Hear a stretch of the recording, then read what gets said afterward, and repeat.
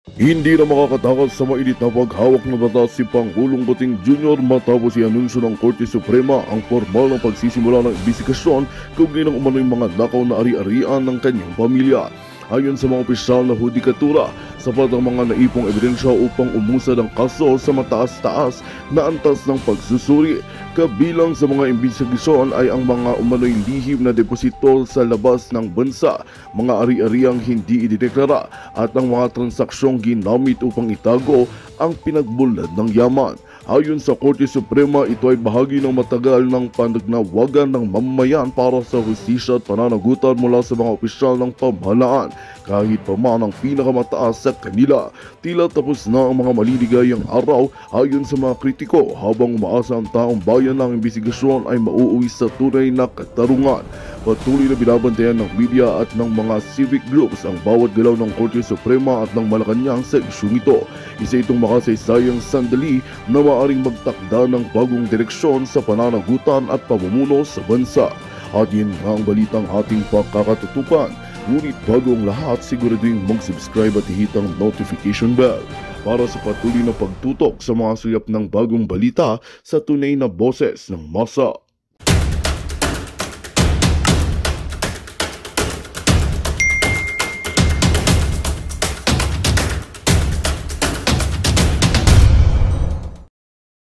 Nila.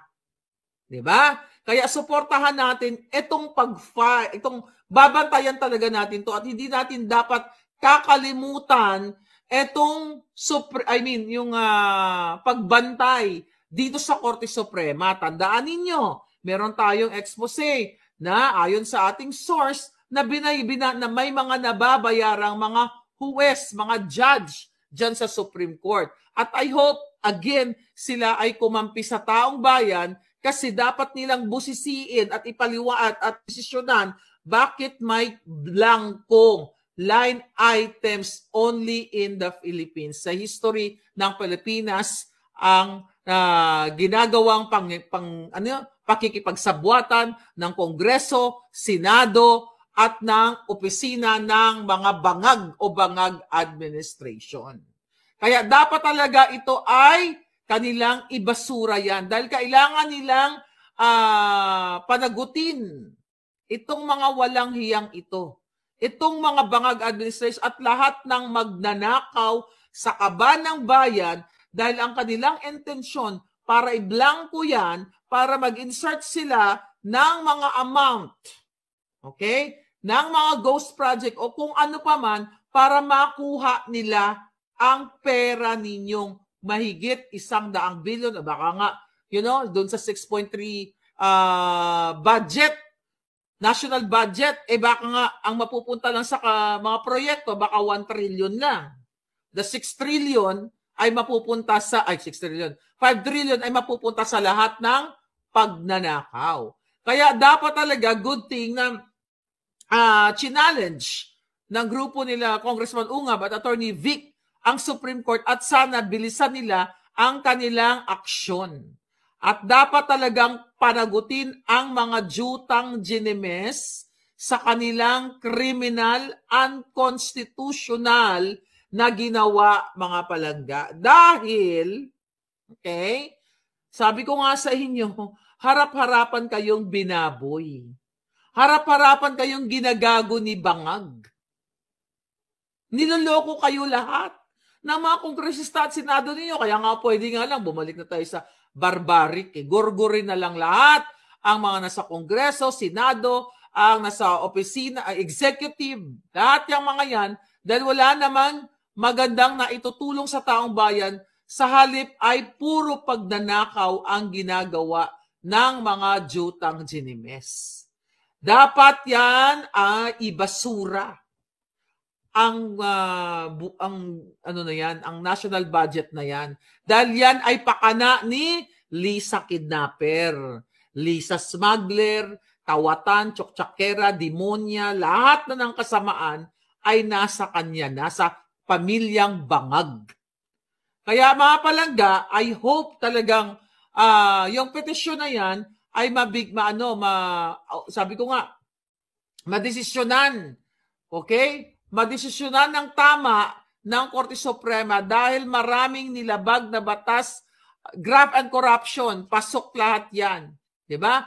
Pasok lahat, kaya nila ginagawa yan, abuse of power, o kung ano-ano pang pwedeng kasong ipa-file sa kanila dahil sa paglansi nila nitong budget ninyo.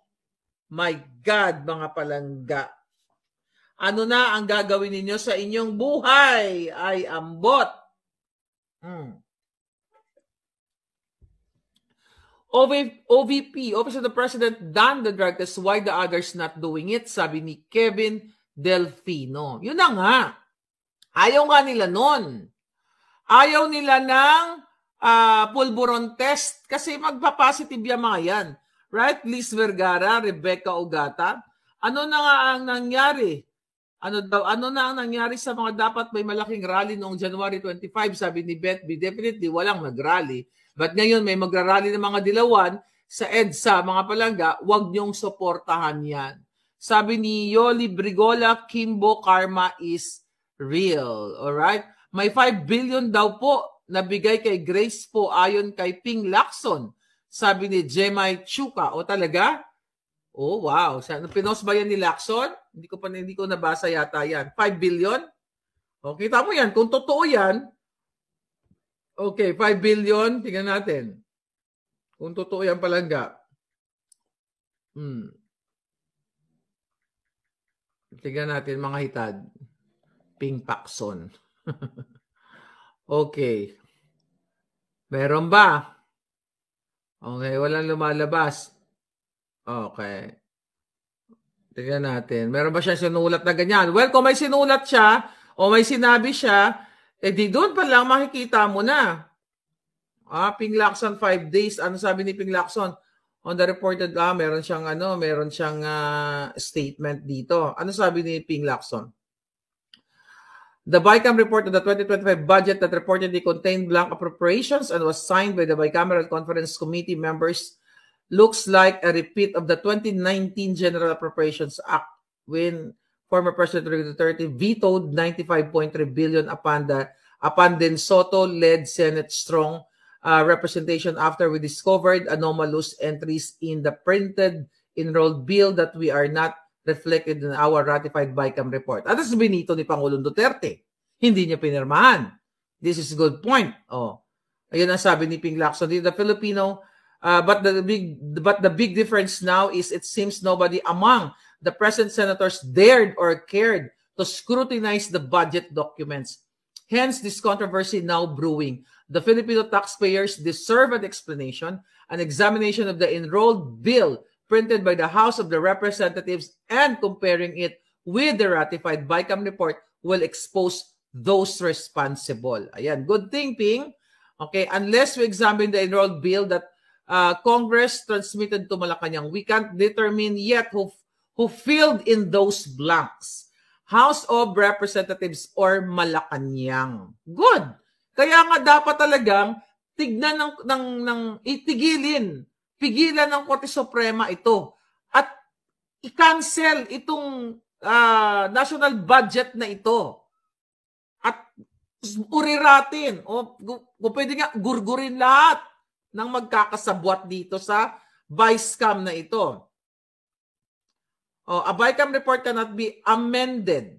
Sabi ni Ping, it's only subject to being ratified or rejected by either or both houses.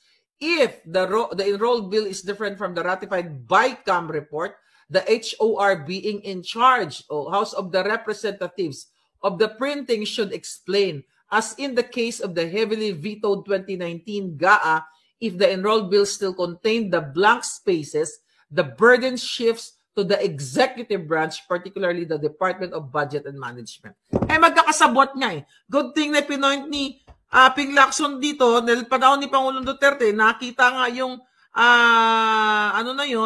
yung 95.3 billion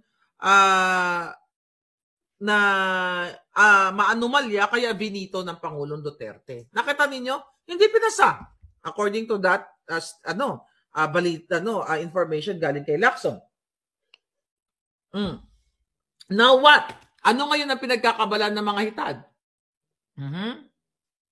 Nagpa-botox si Tulfo, iba na madam ang face lock niya. Pati botox nakita mo, Emma. Emma, doon hindi ko kasi nakita yung mukha niya. Dapat i-cancel na lang ang budget gagamitin nila sa eleksyon yan. Mga kawatang politiko, Wilma Moore. Exactly. Yan ang sinasabi ko, gagamitin nila sa eleksyon na yan. And now, in connection, ngayong araw dyan sa Pilipinas, nag-merge, hindi merge ang term. So, nagkasundo ang COMELEC, here we go, okay? Nagkasundo ang COMELEC at saka ang TikTok, mga kababayan, COMELEC, TikTok, okay? Na hindi ahayaan daw ng TikTok na gagamitin ang kanilang platform para sa pangangampanya. Okay? Ano kaya ang nabuo? Sabi dito, lumagda sa isang kasunduan ng COMELEC at TikTok sa layong bantayan ang paglaganap ng fake news sa halalan 2025. Kung meron kayong dapat bantayan, yung kasunduan na yan, si George Garcia ang dapat yan, bantayan ninyo. Dahil yan ay bata ni Lisa. Dapat nga lang yung paglagay kay Bong Revilla sa pagtaas sa kanyang balota, yan dapat ay fake yan, although yan ay ginran sa kanya ng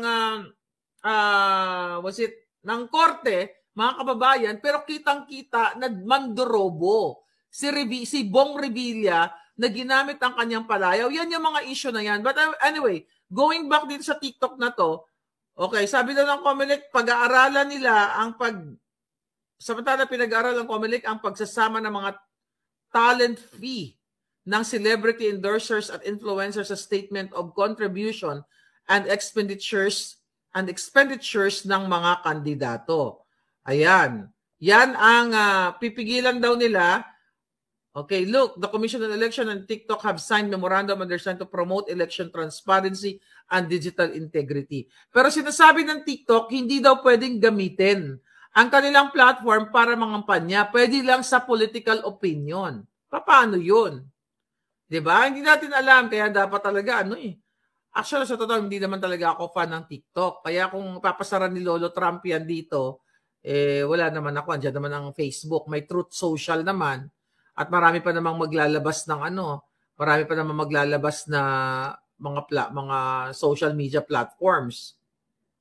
Oh, tignan mo. Bakit sila nakipag-partner? Utos ni Lisa Tanas yan. Hawak na ni Lisa Tanas ang Facebook. Kaya nga dalawang Facebook ko, di ba? Nung early January of 2024, dahil sa kakabatikos natin sa kanila, pinatake down nila yan. Actually, ina-appeal ko May nakausap na ako. I hope maibalik.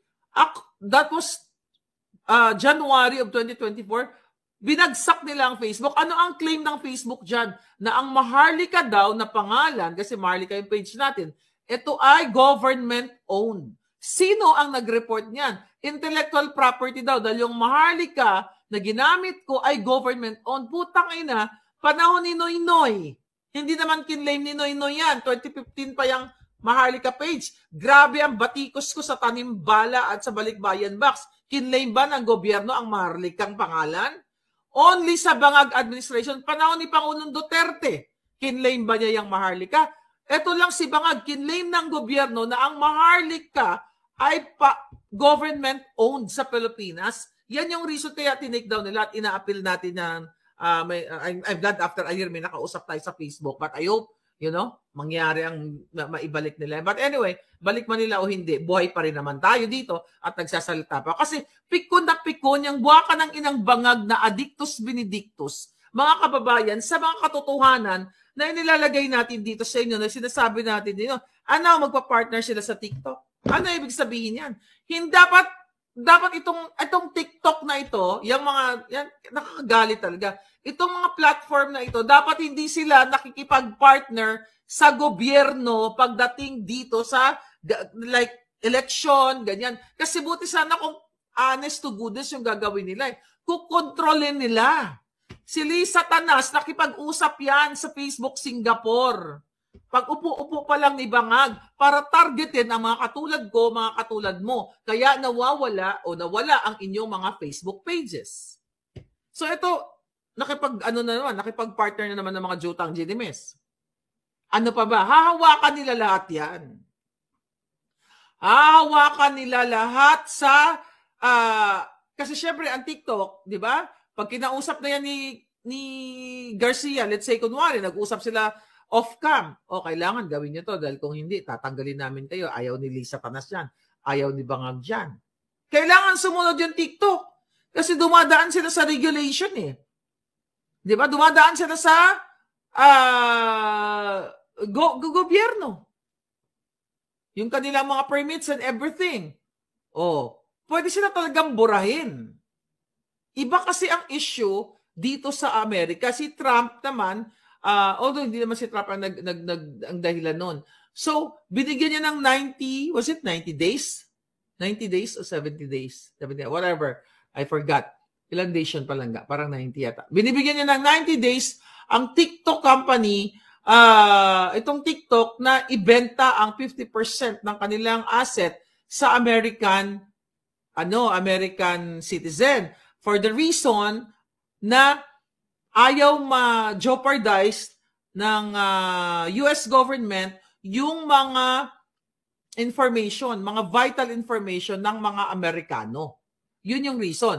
Sa atin naman sa Pilipinas, gusto nila makipag-tie up kasi kukontrolin nila yung kung ano ang lalabas sa TikTok sa panahon ng eleksyon. By the way, may mga palangga ako ng mga Duterte supporters.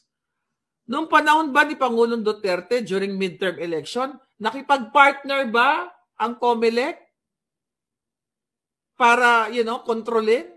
Hinahayaan nila. Di ba? Hinahayaan ni Pangulong Duterte yung Facebook, malaya kayong murahin siya.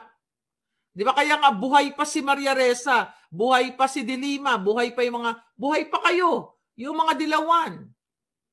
O, pinatay ba kayo? Ginorgor ba kayo ni Duterte? Sa panahon ni Bangag, sinong ginorgor? Si Percy Lapid. Sino ang mga ginigipit? Sinusubukang gipitin. Pero hindi sila nanaig. Si Marlica. 4 cases against me. 1 dismissed with prejudice. 3 nilalabanan. Inday Sara, 4 na impeachment.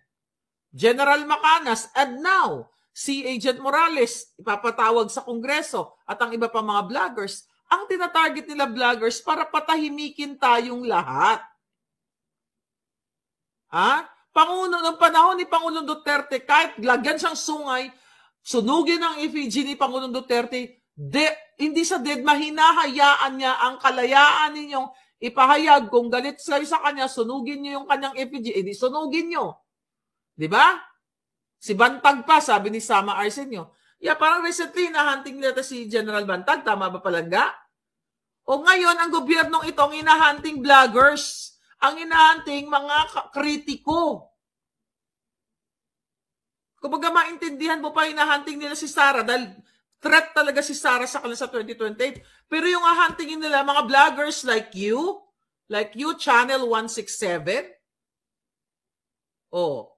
Agent Morales, si Maui, si Attorney Trixie, sino pa? Sino pa yung hinahunting? I don't know kung sinong mga ipapatawag nila.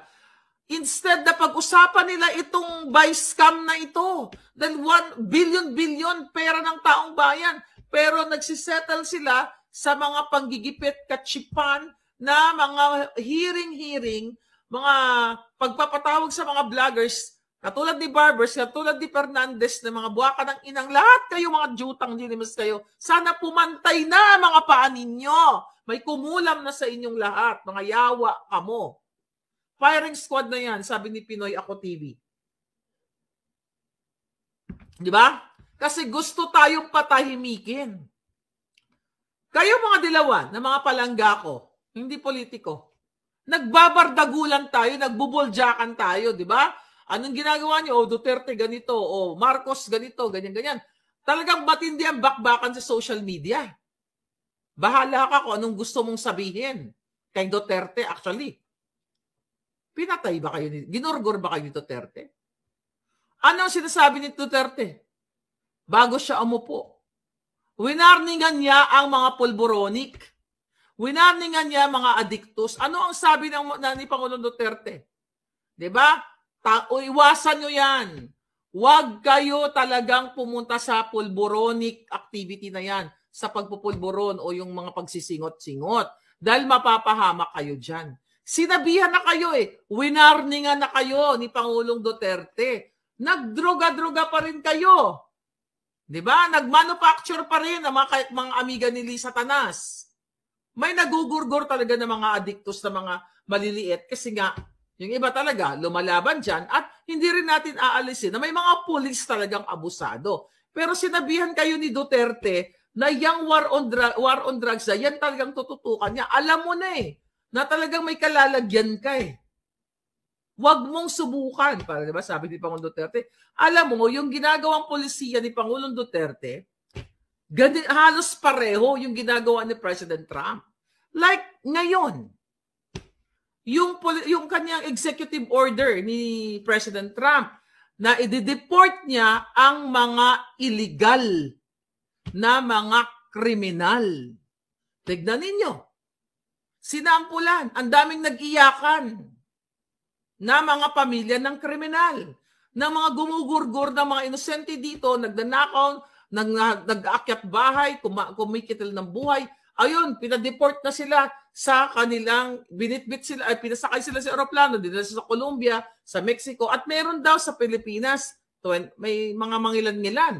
Maybe yung mga na-deport na mga Pilipino, baka may mga kaso yun. Kasi baka may mga criminal case. Hindi ko alam kung ano yung record. I have to alamin natin bukas. So ginahalos pareho ng ni Trump, ng what you call it? Polisiya. Compare kay yung comparison kay Duterte nung umupo siya o bago siya umupo, lagot kayo. Iwasan niyo yung pulburon. Si Trump naman bago umupo, even nung nakaraan, yung immigration na yan, pauuwiin ko kayo o tutugisin ko kayo mga kriminal kayo. Anong ginawa ng artistang hangag?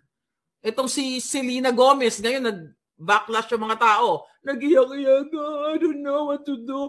I'm sorry. Putang ina, bilyonarya yan. Sabi nga ng karamihan dito, bakit hindi mo i-house yung mga illegal immigrants sa bahay mo? Ang dami mong properties. Diba? Billionaire yan. Pwede siya magpetisyon. Pwede niyang petisyonin yung mga illegal immigrants na kriminal. Tapos kasama niya sa bahay niya. Yung mga artista dito sa Amerika, Hollywood, mga tanga din Iiyak-iyak, ay kawawa naman. I'm sorry, I don't know what to do. Nag-iyak-iyak.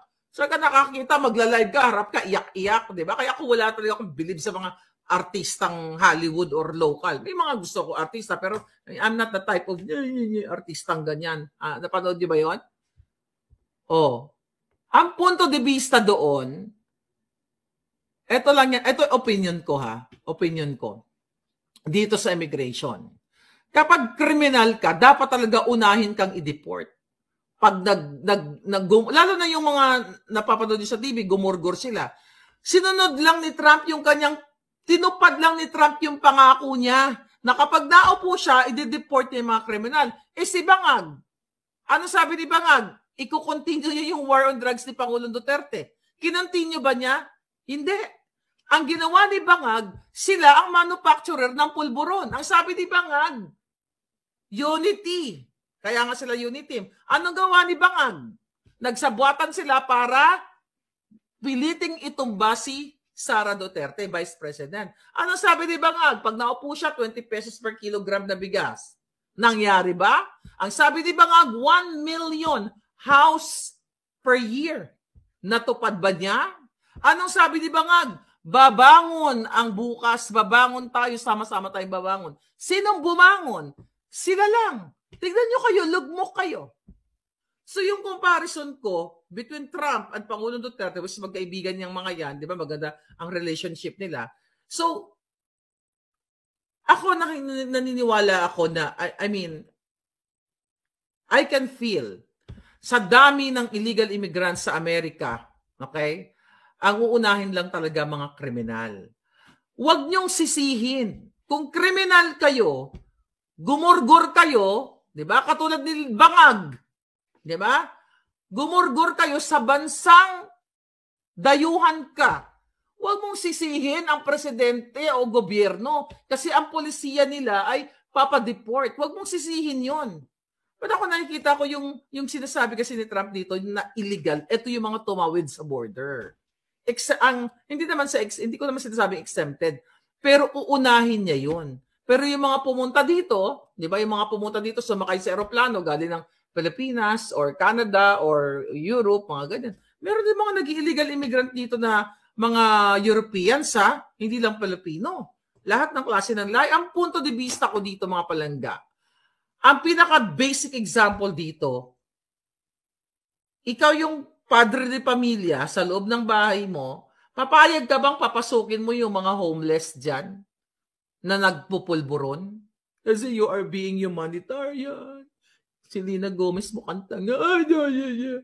Ang arte ng baka ng Ginimis. O, tignan mo ngayon. Dinilit niya. Panood niyo ba yun? Dinilit niya yung kanyang post. Kung sinong idol si Selena Gomez. O, dinilit siya. Di kawawa siya ngayon sa internet. Gagagaga eh.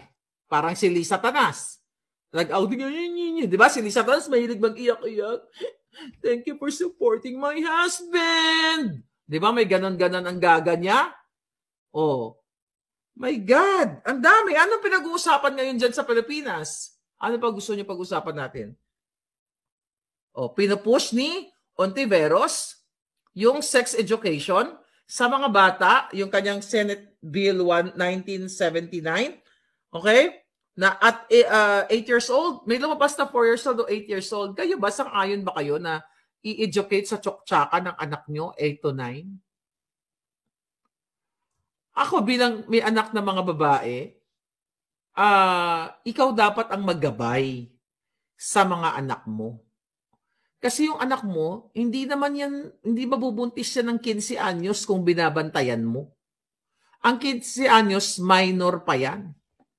Di ba, Pilipinas? Nagtawa-tawa si Inday. Mga kababayan na lang nating OFW ang nag-aahon sa ekonomiya ng Pilipinas. Ano ba? Tama ba? Ayan. Alright. LD Channel, how are you? Ano kayo? Ano ang nakakatakot, sabi ni Susit? Ano, gusto nyo ba yung anak nyo at 8 years old? Tuturuan na tsuktsakan blues, ganyan? Pag naging president niyang si Ontiveros, ang parents will have less rights to raise their kids. Kaso left yang si Risa, sabi ni Filipino Intelligence. Totoo yun. Hindi man magpapresidente yan palangga. Hindi magpapresidente yan. Madam, good evening, kapapasok lang po. Okay sa live ninyo. Astig yung cup, sabi ni Aldrin Kalika. Oh, di ba? Sabi niya, for arte-arte lang yung mga yan si Lisa Tanas. Ano gusto nyo? Educate. Anong opinion nyo? I will read it. Anong opinion nyo dito sa sex education? You like it, darling? Gusto nyo ba yon? Oh, definitely no. It should be the parents' area of responsibility, sabi ni Neni Ayag. Correct. So, super manyak pala si Ontiveros dahil sex ang panukala niya, sabi ni Pascual Limuto. Gusto kasi nilang gumaya sa Amerika. Alam nyo, kahit na nasa Amerika ako, marami akong hindi gusto dito pagdating sa pagpapalaki sa mga anak. Mas gusto ko pa rin yung Filipino way. Iba tayo. Ang mga bata dito, although grateful naman ako dahil yung dumating yung mga anak ko, although bata pa, 11 years old. Bata pa yan, pero kahit pa paano, hindi yung batang-bata. 'Di ba? Ibang-iba yung pagpapalaki dito. Alam mo dito, mga palangga, nagkamali ka lang sa anak mo, tatawagan ka ng social worker. Iimbestigahan ka ng government. May possible na kukunin yung anak mo. Kaya hindi maganda dito yung pagpapalaki sa anak. Yun lang ang ayaw ko dito. Marami mga palangga natin, mga Pilipino na may problem sila sa kanilang mga anak dahil nga sa sistema ng government in terms of pagpapalaki o pagdidisiplina sa anak. Pinanghimasukan yan ng government. 'Di ba? Yung anak mo pag hindi pumasok sa school ng certain days, isusomon ka. Iimbestigahan ka, anong ginawa mo, ganyan-ganyan. I'll tell you a story. Meron akong kaibigan, yung anak niya nagkukwento sa school. I think 5 years old, 5, 6 years old kasi kararating lang nila dito sa Amerika. So ngayon, 5, 6 years old yung bata. Nagkukwento yung bata na sabay silang maligo ng nanay niya. Di ba sa atin ganun? Kami nga, malalaki na, sabay-sabay kayo maligo ng mga anak ko eh. Pero wala naman nagsusumbong na anak ko. Di ba? So, dahil hinihiluran yung bata, nililinis, di ba ganun sa atin, nagchuchu yung bata sa, normal lang yun eh. Nakasanayan galing ng Pilipinas. Alam mo ang ginawa? Ayun. Pinatawag, may nagkaroon ng case. Tapos, tinanong, yung bata, grabe, dito sa Amerika. Tapos, pinahubad yung bata, chinecheck kung ano, may mga suspicion sila na baka minulis siya yung bata or something. Hindi maganda yung ganon. So, hanggang ngayon, ongoing yung kanilang, what do you call that? DSWD. A social worker, case. No, we are God-fearing mostly ang mga Pinoy, iba tayo. In my opinion, no, sabi ni Caridad Jacob. Gutom sa Torjak si Virus, tagal na siguro di nakatikim ng Torjak. Sabi ni Shane D. Grabe. Malay mo, sumasideline pa lang ga. Di ba? I mean, here in UK, I don't like how they raise their kids, mostly, especially sa mga babae, medyo nakakadiri, sabi ni The Wanderer. Oo nga, ako din. Oo, dito, yung kaibigan ko, grabe, talagang pinupuntahan sila sa bahay, tapos laging kina-question yung tawag dito, yung nanay at saka yung bata. At young age, may ganon. Kaya yun lang ang ayaw ko dito. Marami namang, kaya you know what, kung sana hindi lang kawatan, sabi ni Kathy Fujihara, the same system here in Japan, ma'am. Ay talaga? Ganyan din pala. Gusto niya ma-educate ang mga batang makipagtsuktsakan sa commander ng rebelde, sabi ni Legendary Pinoy. Yun na nga, puppet kasi ni Uncle Sam si Virus. So, yun yung pangit lang. Pero sabi ko kanina, kung ang ating mga government leaders, mga politiko ay hindi ninanakaw ang kabanabay, masarap pa ring manirahan sa Pilipinas. Pero paano ka maninirahan ngayon? Huwag na kayo umuwi ngayon. Baka matsuktsak kayo sa airport pa lang. Ang daming nangamatay. Ang daming crime ngayon. Kaliwat kanan, mga palangga. Diba? Ngayon, by the way, nagpapakalat ngayon ang mga black ops ni Lisa Tanas at ni Bangag. Nagpapakalat sila ng fake survey. Actually, may nag-send sa akin. Nagpapakalat sila ng fake survey laban sa mga Duterte. Okay? At dito nagpapakalat sila, Nagpapakalat sila, latest Okta research daw. 'Di ba? Patong survey ito kung sinong naglalablab kay PRRD o kay Nograles. Tapos pinapalabas nila si Nograles at si Pangulong Duterte, 29%, tapos yung Nograles 71%. So maraming pati kay Baste. Tapos alam mo 'yon, puro kasinungalingan. Gawa po ito ni Lisa Tanas at ang operator niya, ang isa pang operator, Black Ops ni Lisa Tanas, PR, nagngangalang si certain Peralta. Ikaw Peralta, nakikita ko yung pagmumukha mo. Magkano binayad sa iyo ni Lisa Tanas? Magkano para sa Black Ops nyo? Magandang balita ang hatid namin sa inyo ngayong araw. Sa pagtatapos ng aming balitaan, nagbigay kami ng mga mahalagang impormasyon. Maraming salamat sa pagtutok at pagsuporta sa aming programa. Huwag kalimutang manatili sa mga susunod na araw para sa mga bagong balita at mga kwento na dapat nating abangan. Mula sa Boses ng Masa, magandang araw Pilipinas!